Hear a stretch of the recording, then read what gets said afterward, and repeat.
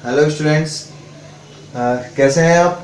और आज हमारा पॉलिनोमियल का नेक्स्ट इंट्रोडक्शन क्लास है।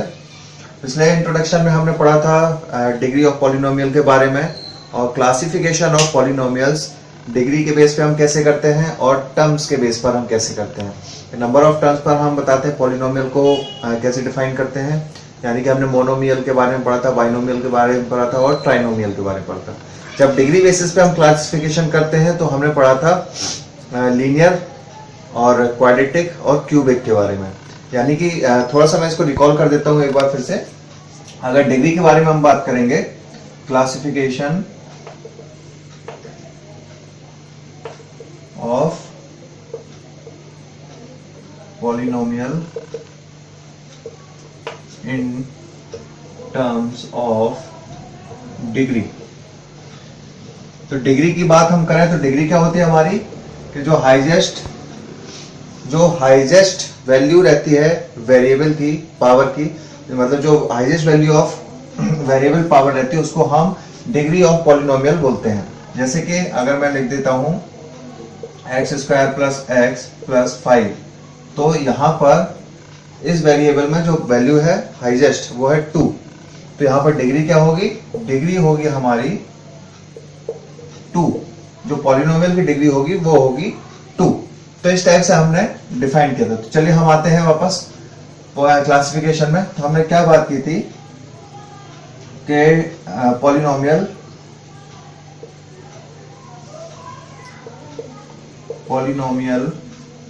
ऑफ वेरिएबल x विथ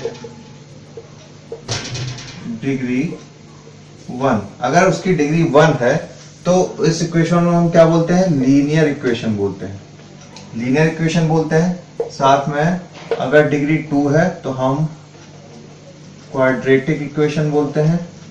और अगर पॉलिनोमियल की डिग्री जो है वो है 3 है तो हम उसको क्यूबिक पॉलिनोमियल बोलते हैं। ऐसे ही हम बहुत आगे जाएंगे तो nth पॉलिनोमियल भी आएगी, nth डिग्री होगी तो उसको हम nth पॉलिनोमियल बोलते हैं। तो यहां पर बात हो रही है आपकी लीनियर, क्वाड्रेटिक और क्यूबिक की। हमें यही तीनों पढ़ना है, बाकी हमें अभी पढ़ना नहीं, इसलिए हम आगे नहीं देखेंगे। आप इन 3 पर फोकस हम करेंगे, इन 3 पर हमें सबसे ज्यादा फोकस करना है। ठीक है, अब हम बोलते हैं कि लीनियर क्या होता है। लीनियर पॉलिनोमियल की हम बात करेंगे।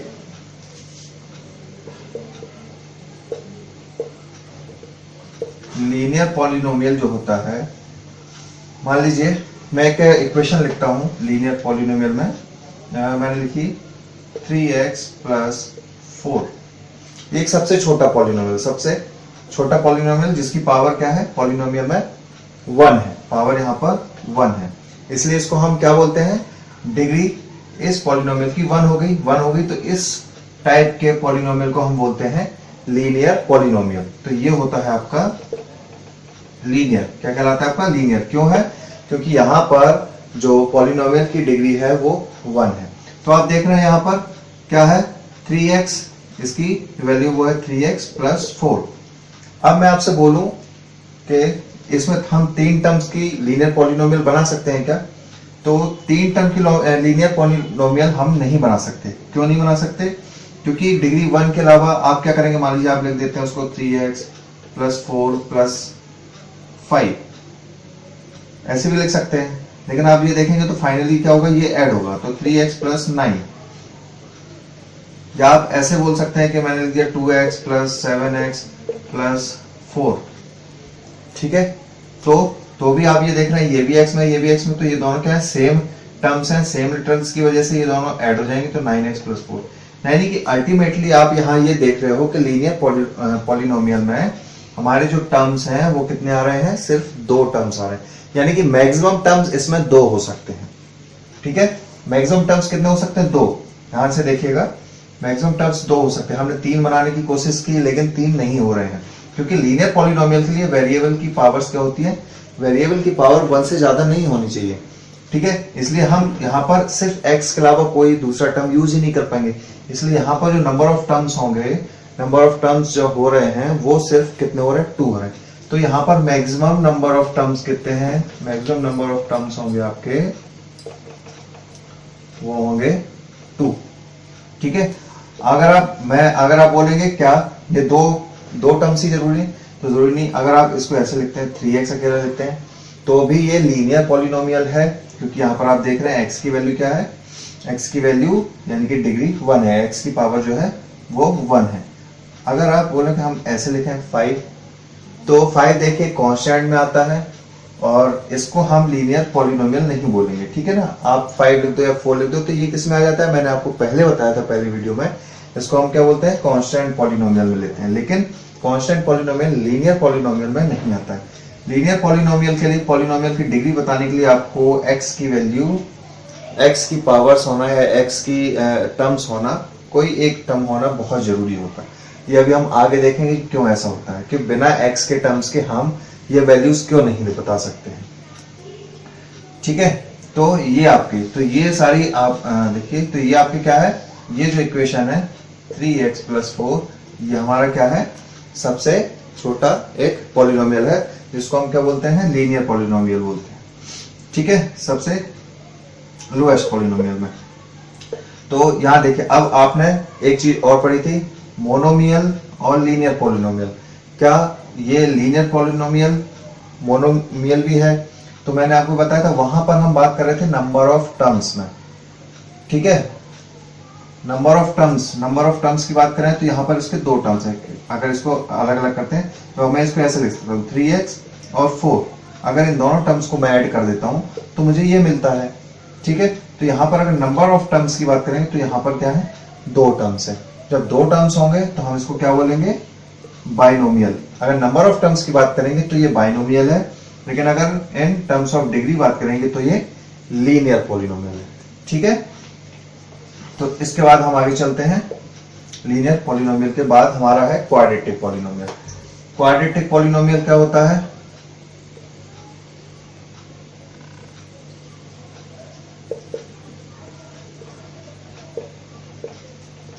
क्वाड्रेटिक पॉलिनोमियल की अगर मैं बात करूंगा तो क्वाड्रेटिक पॉलिनोमियल यानी कि जिसकी डिग्री कितनी होती है, 2 होती है। तो यहां मैं लिख देता हूं एक एग्जांपल के तौर पर, x² + 2x + 1। ये देखिए। ठीक है। यहां पर जो वेरिएबल है x, 1 वेरिएबल, उसकी पावर क्या है, उसकी पावर है 2। मैक्सिमम हाईएस्ट पावर कितनी है, 2। इसलिए इस इक्वेशन की या इस पॉलिनोमियल की जो डिग्री है वो हाईएस्ट क्या है, 2 है, डिग्री 2 हो जाएगी। इसलिए इसको हम बोलते हैं, क्या बोलते हैं, क्वाड्रेटिक पॉलिनोमियल। और यहां पर आप देख रहे हैं मैक्सिमम नंबर ऑफ टर्म्स कितने हो सकते हैं, किसी भी क्वाड्रेटिक पॉलिनोमियल में मैक्सिमम नंबर ऑफ टर्म्स कितने हो सकते हैं, वो है आपके 1, 2। अगर मैं टर्म्स की बात करूं तो मैं अलग अलग करता हूं उन टर्म्स को। ये देखिए ऐसे लिख सकते हैं। अगर यहां पर मैं अगर माइनस यूज कर लूं, तो मैं इसको इस टाइप से लिखूंगा -2x। ठीक है। ये -2x, तो जब हम इसको ऐड करते हैं तो हम कैसे करते हैं, x² + -2x एंड +1। जब मैं इन सबको ऐड करूंगा तो ये हो जाएगा x² - 2x + 1। ठीक है। तो इस टाइप से अगर हम टर्म्स की कंडीशन अलग करेंगे तो टर्म्स में यहाँ पर कितने टर्म्स हैं, नंबर ऑफ टर्म्स की बात करेंगे तो यहाँ पर 3 टर्म्स है, 1, 2 एंड 3। तो जब हम नंबर ऑफ टर्म्स में जाएंगे तो ये हम इसको बोलेंगे ट्राइनोमियल। ठीक है। तो यहाँ पर ट्राइनोमियल। लेकिन अगर डिग्री के फॉर्म में जाएंगे तो हम इसको बोलेंगे क्वाड्रेटिक पॉलिनोमियल। क्यों? क्योंकि डिग्री यहाँ पर 2 है, और 2 डिग्री यानी कि क्वाड्रेटिक में मैक्सिमम नंबर ऑफ टर्म्स कितने हैं आपके, मैक्सिमम नंबर ऑफ टर्म्स हो सकते हैं आपके 3 टर्म्स हो सकते हैं। अब मैं कहूंगा x² + 1, क्या ये क्वाड्रेटिक है? बिल्कुल है, क्योंकि यहाँ पर देखिए वैल्यू क्या है, 2 है। अगर मैं लिख देता हूँ 2x² + x, क्या ये है? ये भी है। लेकिन अगर मैं लिख देता हूँ x³ + 2x + x², तो क्या ये क्वाड्रेटिक पॉलिनोमियल है? तो ये क्वाड्रेटिक पॉलिनोमियल नहीं, क्योंकि यहाँ पर हमारी डिग्री क्या है, 2 से ज्यादा है, इसलिए क्वाड्रेटिक पॉलिनोमियल में नहीं आएगा। ठीक है। तो हम आगे चलते हैं क्वाड्रेटिक के बाद, आप इसको नोट कर लीजिएगा। इसके बाद आते हैं हम क्यूबिक पॉलिनोमियल।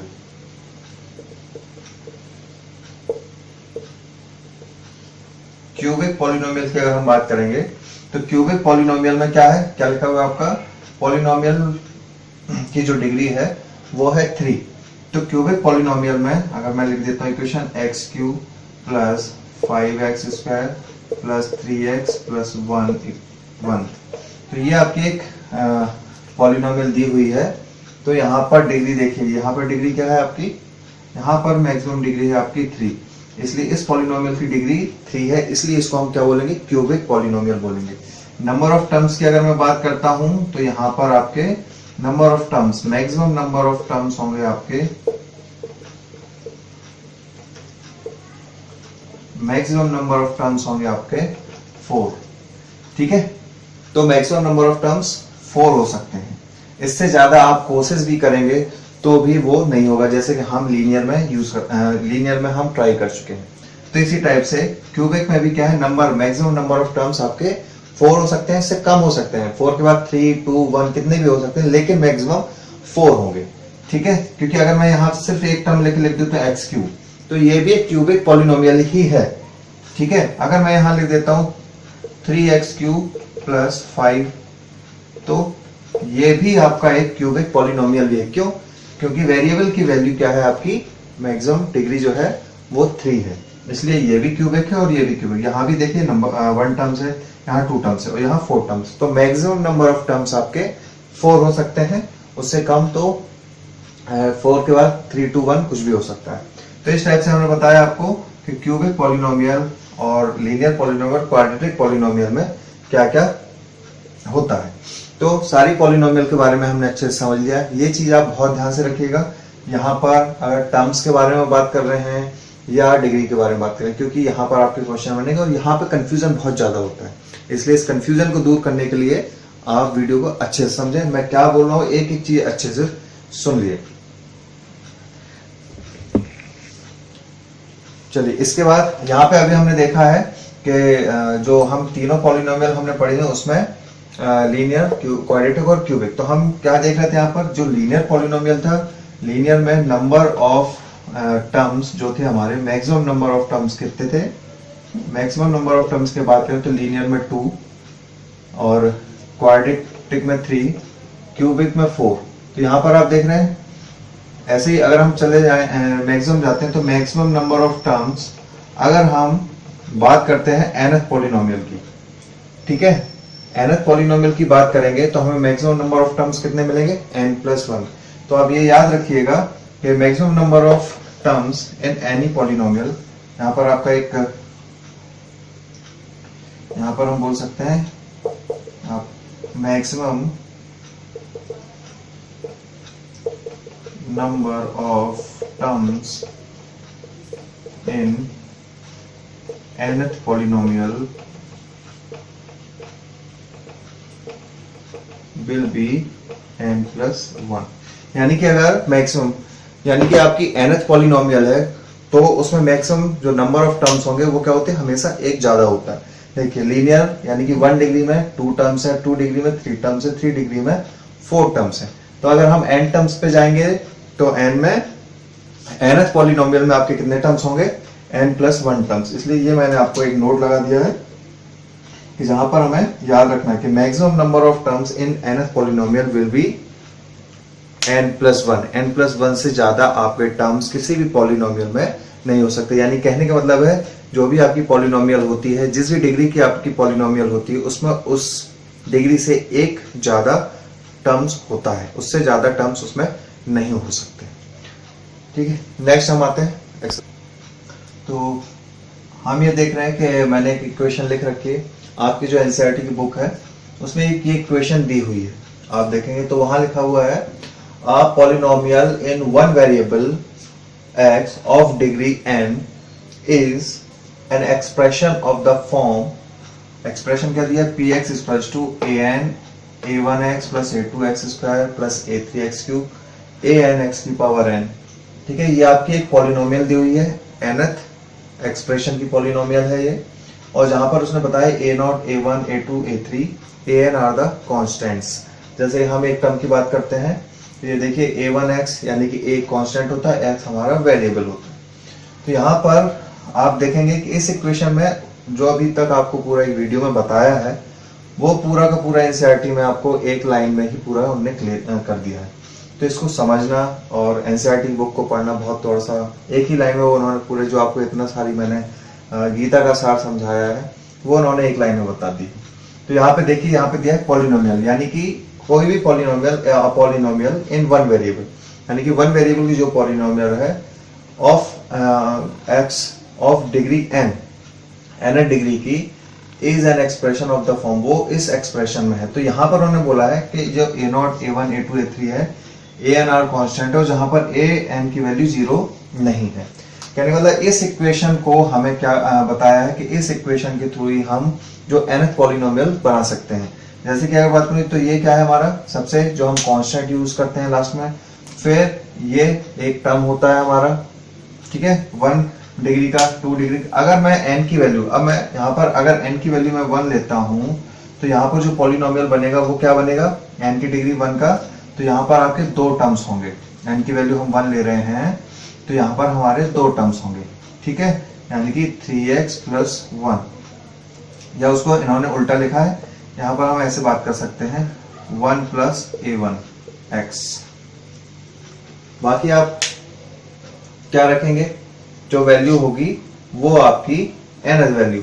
और यहाँ पर इन्होंने एक चीज और बताई है कि जो लास्ट टर्म है, यानी कि जो डिग्री है, ये जो पॉलिनोमियल है इसकी डिग्री कितनी है, n है, ये डिग्री n दी हुई है। अब यहां से ही समझ लेते हैं थोड़ा सा, यहाँ पर डिग्री n दी हुई है, यानी इस पॉलिनोमियल की डिग्री क्या है, n, यानी कि हाईएस्ट डिग्री पे हम बात करते हैं। किसी भी इक्वेशन की जो डिग्री होती है वो क्या होती है, highest degree of the polynomial. तो हाईएस्ट डिग्री यहाँ पर क्या है, n है, इसलिए इस इक्वेशन की डिग्री क्या है, n degree of n degree की ये पॉलिनोमियल उन्होंने दी है। और यहाँ पर जितने भी ये सारे हैं, ये सारे आपके कांस्टेंट, यानी कि उनके जो एक्सप्रेशन है, उन सारे एक्सप्रेशंस को हम ऐड कर देते तो हमारी पॉलिनोमियल बन जाती है। और यहाँ पर उन्होंने एक चीज और दिया है कि an not equals to 0। क्यों an की वैल्यू को 0 हम नहीं कर सकते हैं, क्योंकि अगर हम an की वैल्यू को ही 0 कर देंगे, अगर मान लीजिए मैं इस an की वैल्यू को 0 कर देता हूं, ठीक है, an की वैल्यू को अगर मैं 0 कर दूंगा तो क्या हो जाएगा, ये an का टर्म्स हमारा 0 हो जाएगा। तो फिर मैं ये कैसे बोल पाऊंगा कि ये जो इक्वेशन है ये nth डिग्री की इक्वेशन, क्योंकि वही जो nth डिग्री का टर्म है वही हमने उठा के 0 कर दिया है। तो हम ये बोल ही नहीं सकते कि nth डिग्री की पॉलिनोमियल है। इसलिए यहाँ पर हम n डिग्री जो लास्ट टर्म है an वाला, मैक्सिमम टर्म वाला, उसको हम 0 नहीं कर सकते हैं, ठीक है। इसलिए इस डिग्री में, इस पॉलिनोमियल में हम क्या बता पाते हैं कि वो nth डिग्री, तभी हम बता पाएंगे। अगर वो टर्म 0 हो जाएगा तो हम उसकी डिग्री को क्लैरिफाई ही नहीं कर पाएंगे, डिग्री ही नहीं बता पाएंगे, और ना वो फिर उस लेवल, उस जिसको हम मान रहे हैं वो डिग्री ही नहीं रहेगी, वो इक्वेशन ही नहीं रहेगी। तो फिर हम पॉलिनोमियल कैसे बनाएंगे। इसलिए इस वाले टर्म में हम क्या करते हैं, an की वैल्यू को 0 नहीं करते, ठीक है। तो नेक्स्ट हम अब एक्सरसाइज देखते हैं इसके बाद। और एक चीज और बताना चाहूंगा कि जैसे हम यहाँ ये पढ़ रहे थे कि ये कांस्टेंट होता है, वेरिएबल के साथ जो भी मल्टीप्लाई होता है वो कांस्टेंट होता है। लेकिन जब ये जैसे मैं लिखता हूँ ax³ + 3x + 2, तो अब कोई पॉलिनोमियल होगा तो यहाँ पर हम सिर्फ अब ये जो आपका नंबर रहता है इसको हम कांस्टेंट बोलेंगे, और जितने भी वेरिएबल के साथ नंबर होते हैं इनको हम कोफिशिएंट बोलते हैं।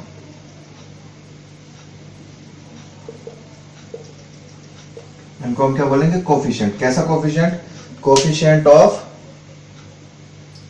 x³ का कोफिशिएंट क्या है, तो जो नंबर रहता है उसको हम, यानी कि वेरिएबल के साथ अब जो भी नंबर रहेगा उसको हम कोफिशिएंट बोलेंगे।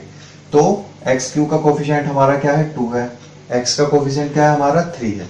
और इसकी बात करेंगे 2 क्या है, 2 के साथ कोई वेरिएबल नहीं है तो उसको हम कांस्टेंट बोलेंगे, ठीक है। अब जब पॉलिनोमियल को हम बोलेंगे तो अगर हमसे पूछा जाएगा तो हमसे पूछा जाएगा कांस्टेंट, अब सिर्फ इस टर्म्स को बोला जाएगा जिसके साथ कोई वेरिएबल नहीं होगा। लेकिन बाकी वेरिएबल के साथ अगर कोई नंबर या कोई जो हमारा पहले कांस्टेंट था, अब वो कोफिशिएंट कहलाएगा, ठीक है। चलिए देखते हैं, हम देखते हैं first question of exercise. First question में आपको दिया है which of the following expression are polynomial in one variable. मैंने यहाँ पर आधा क्वेश्चन लिखा है, बाकी आप बुक से देख लीजिएगा। तो हमें यहाँ पर बेसिकली क्या बताना है कि ये जो क्वेश्चंस दिए हैं 5 पार्ट हैं इसके, इसमें आपको ये बताना है कि ये जो पॉलिनोमियल्स लिखी हैं तो ये पॉलिनोमियल इन वन वेरिएबल है या नहीं है। तो अगर मैं फर्स्ट क्वेश्चन देखता हूं तो देखिए यहाँ पर वेरिएबल्स एक ही वेरिएबल है, यानी कि सिर्फ एक x का यूज किया जा रहा है, और दूसरी चीज पॉलिनोमियल है कि नहीं है ये भी हमें चेक करना है। तो पॉलिनोमियल की कंडीशन क्या थी, मैं यहाँ पर लिख रहा हूं, हमने लिखा था कांस्टेंट मल्टीप्लाइड बाय वेरिएबल की पावर होल नंबर, अगर ये है आपका तो वो एक्सप्रेशन आपका पॉलिनोमियल कहलाएगा। तो यहाँ पर देखिए कांस्टेंट वेरिएबल और वेरिएबल की पावर क्या है आपकी होल नंबर, यानी कि 2 एक होल नंबर है, यहाँ पर 3x x की पावर यहाँ पर 1 है, तो यहाँ पर ये भी एक होल नंबर है। तो ये सारे एक्सप्रेशन में हम ये चेक करेंगे तो आपको क्या दिख रहा है कि ये आपका पॉलिनोमियल भी है और इनटू वन वेरिएबल भी है। तो यहाँ पर हम लिखेंगे यस, ये वन वेरिएबल में भी है और पॉलिनोमियल भी है। यहाँ पर देखिए आपकी सेम कंडीशन, यहाँ पर आपका कांस्टेंट रूट 2 है, कोई दिक्कत नहीं है, हमें सिर्फ वेरिएबल की पावर से मतलब होता है, वेरिएबल की पावर होल नंबर में होनी चाहिए, तो y की पावर भी आपकी होल नंबर में है। तो यहाँ पर भी आपका क्या है, जो पॉलिनोमियल है वो कैसा है आपका, पॉलिनोमियल भी है और इन वन वेरिएबल भी, क्योंकि यहाँ पर सिर्फ y यूज किया गया। यहाँ पर देखिए यहाँ पर दिया है 3t। अब वेरिएबल हम जानते हैं कि वेरिएबल t होता है, तो जितने भी टर्म है वेरिएबल में जितने भी टर्म है हमारी पॉलिनोमियल में, वो सारे के सारे टर्म्स उस पर्टिकुलर कंडीशन को फॉलो करने चाहिए। अगर वो सारे टर्म्स पर्टिकुलर कंडीशन को फॉलो नहीं कर रहे हैं तो हमारा जो पॉलिनोमियल है, वो जो इक्वेशन है वो पॉलिनोमियल में नहीं आएगा। तो यहाँ पर देखिए अगर मैं इसको लिखूं तो रूट टी को हम लिख सकते हैं टी की पावर 1/2। रूट की वैल्यू क्या होती है 1/2, आपने पढ़ा होगा, मैंने अभी बताया था nth power of a equals to a की पावर 1/n।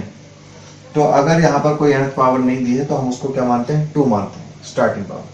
तो यहाँ पर इस फॉर्मूले से हम लिख सकते हैं कि ये क्या है आपका 3t की पावर 1/2 प्लस t की पावर रूट 2। तो यहाँ देखिए ये क्या है, t की पावर 1/2 क्या है, t की पावर 1/2 एक पॉलिनोमियल नहीं है। तो ये वाला टर्म आपका पॉलिनोमियल नहीं है, ये पॉलिनोमियल है, इसलिए ये पॉलिनोमियल में नहीं आएगा। तो यहाँ पर हम लिखेंगे no it is not, it's not a polynomial. ठीक है, यहाँ पर आप लिखना चाहो तो यहाँ पर आप लिख सकते हो yes it is a polynomial. ठीक है, ये आपका आंसर होगा। और यहाँ पर आप लिखोगे नो। जब हम यहाँ पर आएंगे तो यहाँ पर भी हम सेम कंडीशन देखते हैं y एंड 2/y। तो पहले 2/y को हम कन्वर्ट करेंगे तो हम क्या ले सकते हैं, जब 2 की पावर y को अगर हम ऊपर लेके जाएंगे तो वो क्या हो जाएगा 2y की पावर -1, 2/y यानी कि 1/y। तो 1/y को हम क्या ले सकते हैं y की पावर -1। तो यहाँ y की पावर -1 होने से ये टर्म आपका पॉलिनोमियल नहीं है, ये पॉलिनोमियल है, क्योंकि यहाँ पर आपका y की वैल्यू क्या है 1 है। ठीक है, जो एक होल नंबर में आता है, लेकिन -1 होल नंबर में नहीं आती, जिस तरह ये 1/2 आपका होल नंबर में नहीं आता है। इसलिए ये भी क्या हो जाएगा, यहाँ पर भी हम लिख सकते हैं नो, और क्या आप लिख लीजिएगा no it's not a polynomial. अब यहाँ पे देखिए यहाँ x है, यहाँ y है, यहाँ t है, सॉरी मैंने गलत लिख दिया, यहाँ आपका t था। तो यहाँ x है, यहाँ y है और यहाँ पर t है। तो यहाँ पर जो हमारे वेरिएबल्स हैं, पहली बात तो हमारे यहाँ पर क्या है, 1 वेरिएबल दिया हुआ है। तो वेरिएबल के अकॉर्डिंग हम देखें तो यहाँ पर हमारे 3 वेरिएबल्स हैं। अगर हम पावर्स की बात करें तो पावर्स तो हमारे होल नंबर में हैं, लेकिन वेरिएबल्स 1 से ज्यादा हैं। तो यहाँ पर हम लिखेंगे no it's not a 1 variable polynomial.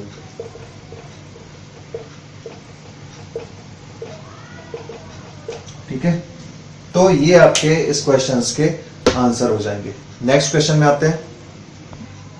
Next question second जो है हमारा, उसमें दिया है right the coefficient of the x square in each of the following. तो यहाँ पर आपको 4 क्वेश्चन दिए।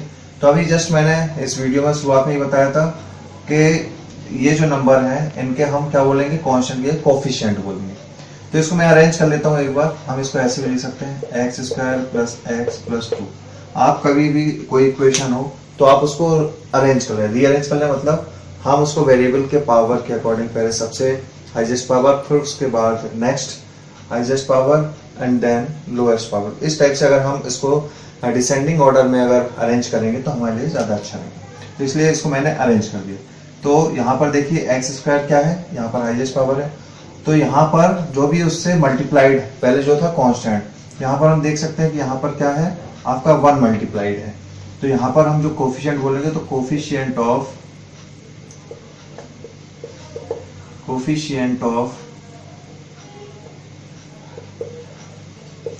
X square equals to 1। तो यहाँ पर आपका क्या है, सिर्फ हमें एक्स स्क्वायर का बताना है। तो यहाँ पर एक्स स्क्वायर के साथ जो भी नंबर रहता है उसको हम क्या बोलेंगे, कोफिशिएंट बोलेंगे। ठीक है, तो यहाँ पर अगर कोई भी नंबर नहीं होता है तो वहां पर हम क्या मान के चलते हैं, 1 मान के चलते हैं। और अगर एक्स स्क्वायर का टर्म नहीं होता है तो हम आगे देखेंगे। नेक्स्ट यहाँ पर देखिए, इसको भी मैं अरेंज कर लेता हूँ। तो x square minus plus arrange करता हूँ मैं इसको, तो ये यहाँ पर एक्स क्यू सबसे बड़ा है, तो x Q minus x square plus 2, इसको हम ऐसे लिख सकते हैं। तो यहाँ पर एक्स स्क्वायर का टर्म ये रहा। अगर मैं इसको करूंगा तो मैं इसको ऐसे लिख सकता हूँ, x Q plus minus of x square plus 2, यानी कि यहाँ पर जो इसका कोफिशिएंट है, और जरा और अच्छे से तरीके से मैं इसको लिखूं तो -1 एक्स स्क्वायर प्लस 2, मैं इसको ऐसे भी लिख सकता हूँ।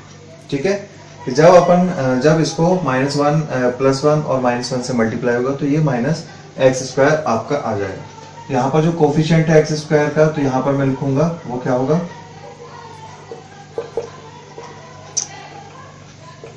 वो हो जाएगा आपका -1। तो यहाँ पर कोफिशिएंट ऑफ एक्स स्क्वायर क्या होगा, -1 होगा। यहाँ पर जो कोफिशिएंट होगा वो होगा आपका एक्स स्क्वायर का, यहाँ पर दिया है कोई दिक्कत नहीं, यहाँ पर हमारा π/2 होगा। और यहाँ पर ऐसे ही मैं लिख के चलूँ तो यहाँ पर देखिए, यहाँ पर आपका एक्स स्क्वायर का टर्म नहीं है, तो मैं इसको ऐसे लिख सकता हूँ। देखिए जहां पर टर्म नहीं है वहां मैं इसको ऐसे लिख सकता हूँ, 0 multiplied by x square plus √2x minus 1। तो यहाँ पर जब कोई एक्स स्क्वायर यानी कि जो भी टर्म नहीं दिया है वो टर्म 0 है, तो 0 है तो यानी उसका जो कोई वैल्यू होगी, नंबर वैल्यू होगी, वो क्या होती है, किसी भी 0 में किसी भी नंबर का अगर मल्टीप्लाई किया जाए तो वो 0 हो जाता है, तो इसकी वैल्यू क्या होगी, 0 होगी। इसलिए इसका कोफिशिएंट हम क्या बोलेंगे, यहाँ एक्स स्क्वायर का अगर टर्म नहीं है और वो कोफिशिएंट आपसे पूछ रहा है तो यहाँ पर आप लिखेंगे coefficient of x square equals to 0। तो ये आपका इसका आंसर हो जाएगा। ठीक है, नेक्स्ट क्वेश्चन देखते हैं, थर्ड। नेक्स्ट है हमारा question, right the degree of the each of the following polynomial, यानी कि हमें इस इक्वेशंस की डिग्री बतानी है। तो आपको पहले ही बताया था क्या होता है, जो हाईएस्ट डिग्री होती है पॉलिनोमियल में वही उस पॉलिनोमियल की डिग्री होती है। तो वेरिएबल की जो डिग्री है हाईएस्ट, इन तीनों में देखिए सबसे हाईएस्ट डिग्री क्या है आपकी, वो है 3, इसलिए जो डिग्री होगी पॉलिनोमियल की वो होगी आपकी इसकी 3। इसमें देखिए 5t-7, यानी कि यहाँ पर जो वेरिएबल है वो है आपका t वेरिएबल है, इसलिए डिग्री कितनी हो जाएगी इसकी, क्योंकि t में कुछ नहीं दिया है, यानी तो हम वहां मान के चलते हैं 1, यानी कि इसकी डिग्री क्या है 1। तो यहाँ पर इस इक्वेशन की डिग्री या इस पॉलिनोमियल की डिग्री हो जाएगी आपकी 1। यहाँ पर अगर मैं बात करता हूँ तो यहाँ पर y² है वेरिएबल, और उसकी मैक्सिमम डिग्री जो मुझे दिख रही है वो है 2। तो डिग्री ऑफ पॉलिनोमियल यहाँ पर कितनी हो जाएगी, आप डिग्री ऑफ पॉलिनोमियल पूरा लिख लीजिएगा, मैंने नहीं लिखा है, इक्वल्स टू 2। यहाँ पर आप पूरा लिख लीजिए डिग्री ऑफ पॉलिनोमियल्स। ठीक है, अब यहाँ पर ये देखिए ये क्या है, ये कांस्टेंट है, और कांस्टेंट को मैंने पहले बताया था क्या बोलते हैं इसको, कांस्टेंट पॉलिनोमियल। तो कांस्टेंट पॉलिनोमियल की जो डिग्री होती है वो हम पहले भी निकाल चुके हैं। अगर आपने इंट्रोडक्शन बहुत अच्छे से देखा होगा या पढ़ा होगा तो आपको ये तुरंत समझ में आ जाएगा कि इसकी डिग्री क्या होगी। अगर आपने नहीं पढ़ा है तो मैं फिर से एक बार बोल रहा हूँ कि एक बार जाके आप इंट्रोडक्शन को अच्छे से पढ़िए। इंट्रोडक्शन आप अच्छे से पढ़ेंगे, सारे क्वेश्चंस आपको आसानी से बनेंगे। यहाँ देखिए ये दिया हुआ है 3, तो इसको मैं लिख सकता हूँ 3x की पावर 0, 3x की पावर 0, मैं इसको ऐसे लिख सकता हूँ। ठीक है, 3 × x की पावर 0। अब ये क्या कहलाएगा, जब x की पावर 0 होती है तो any value any value of 0 is equals to, उसकी वैल्यू क्या होती है 1। तो x की पावर 0 है तो x की पावर 0 की वैल्यू क्या हो जाएगी 1, और 1 की वैल्यू यानी कि ये 3 हो जाएगा। तो किसी भी नंबर की वैल्यू क्या होती है, किसी भी नंबर या किसी भी वेरिएबल की, कोई भी नंबर हो, कोई भी चीज हो, उसकी जो अगर पावर 0 है तो उसकी वैल्यू हमेशा 1 होती है। तो यहाँ पर डिग्री जो हो जाएगी वो क्या हो जाएगी आपकी, कितनी पावर लगी हुई है 0। तो इस पॉलिनोमियल की जो डिग्री है वो हो जाएगी आपकी 0। ठीक है, तो ये क्वेश्चन हो गया आपका। अब आते हैं हम नेक्स्ट क्वेश्चन पे। नेक्स्ट क्वेश्चन में हम देख रहे हैं फिफ्थ में अपने, क्लासिफाई द फॉलोइंग। जो आपको इक्वेशंस दी है या आपको पॉलिनोमियल्स दिए हुए हैं, उसमें हमें बताना है कि ये जो पॉलिनोमियल है वो लीनियर है, क्वाड्रेटिक है या क्यूबिक है। तो जस्ट आपको अभी इसी वीडियो के स्टार्टिंग में मैंने तीनों के बारे में अच्छे से समझाया था, तो आपको याद होगा। तो देखिए कैसे, तो मैंने क्या बोला था, यहाँ पर ये टर्म्स क्या है 2 है और इनकी डिग्री कितनी है। तो ये जो हम बताते हैं डिग्री, मैक्सिमम डिग्री के ऊपर, तो यहाँ पर डिग्री कितनी है x², यानी कि यहाँ पर डिग्री है 2, इसलिए ये होगा क्वाड्रेटिक पॉलिनोमियल। मैं पॉलिनोमियल को PO से लिख रहा हूँ तो आप आगे समझ जाइए। तो ये क्वाड्रेटिक पॉलिनोमियल है। तो यहाँ पर देखिए, अगर मैं इसको जैसे हमने पहले अरेंज किया था, इसको मैं अरेंज कर लेता हूँ। तो ये देखिए हाईएस्ट पावर क्या है x3, तो x3 है तो उसको क्या बोलते हैं हम क्यूबिक। ये क्यूबिक पॉलिनोमियल कहलाएगा। यहाँ पर देखिए इसको अरेंज करेंगे तो y² प्लस y प्लस 4, पहले y², देन उसके छोटा 1 यानी कि पावर 1 तो y और फिर कांस्टेंट। तो यहाँ पर ये जो डिग्री है यहाँ पर भी आपकी क्या है क्वाड्रेटिक हो जाएगा।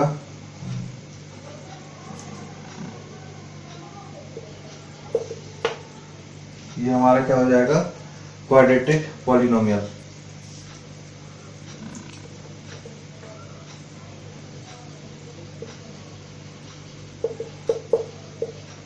ये भी हमारा क्या है क्वाड्रेटिक पॉलिनोमियल। नेक्स्ट हम देख रहे हैं 1 प्लस एक्स, या लिख दें हम इसको x प्लस 1। तो ये कैसा है लीनियर है। यहाँ पर आप देख रहे हैं एक ही टर्म है लेकिन t एक वेरिएबल दिया है, तो ये भी हमारा लीनियर है। और यहाँ पर आपके 2 टर्म दिए हैं तो ये भी हमारा क्या है क्वाड्रेटिक है। और ये हमारा क्यूबिक है क्योंकि इसकी जो पावर है या डिग्री है वो है 3। तो इस टाइप से हमने सारे क्वेश्चंस देख लिए हैं और बहुत ही इजी क्वेश्चंस थे। अगर आपने इंट्रोडक्शन पढ़े होते तो आपको चुटकियों में ये क्वेश्चन बनेंगे, और जिन्होंने अच्छे से पढ़ा भी होगा उनको बहुत ही जल्दी सारे क्वेश्चन समझ में आएंगे और बहुत ही कंसेप्ट उनके आप क्लियर हो गए होंगे। तो इंट्रोडक्शन पार्ट जरूर देखिए ताकि आपको आगे नेक्स्ट आने वाले क्वेश्चंस भी आपको बहुत ही इजीली पढ़ेंगे।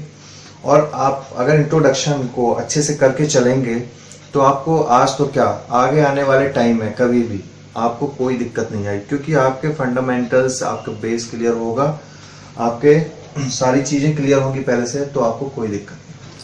और ये वीडियो आपको पसंद आया तो लाइक ज़रूर करिएगा और अपने दोस्तों को शेयर करना बिल्कुल ना भूलें।